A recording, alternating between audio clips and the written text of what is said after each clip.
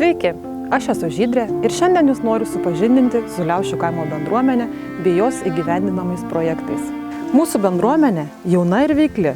Būrėmės ir kartu smagiai leidžiame laisvalaikį drauge, užsiimdami edukacinėmis veiklomis, organizuojame mums jau tradiciniais tapusius renginius. 2020 metais bendruomenė nusprendė, kad pinigų galima užsidirbti ir patiems, todėl teikiame didžiausią savo projektą Liaušių kaimo bendruomenės verslumo skatinimas.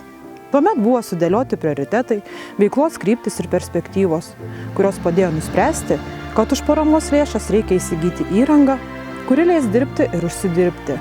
Greideris kelių priežiūrai, pakelių žolės ir krūmų smulkintuvas pakelėms tvarkyti, malkų skaldyklę, rąsto pjovimo ir skaldymo paslaugoms teikti. Taip pat įsigijome įrangą ir pavargusių poilsio organizuoti. Tai mobili pirtis ir kubilas, kuriuose jūsų kiemą galime pristatyti tiek savaitgaliais, tiek darbo dienomis. Pasirūpinome ir aktyviamis pramogomis. Tai 3 pripučiami batutai, kuriuos galime pristatyti į kitų bendruomenių ar privačių asmenų organizuojamas šventes.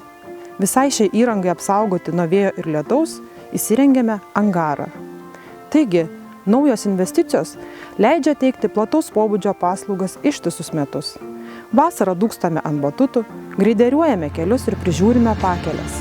Žiemą ilsimės šiltame, mobiliame spa, kurio šildymui malkų galime pasiruošti patys. Įgyvendinus projektą buvo sukurta viena darbo vieta.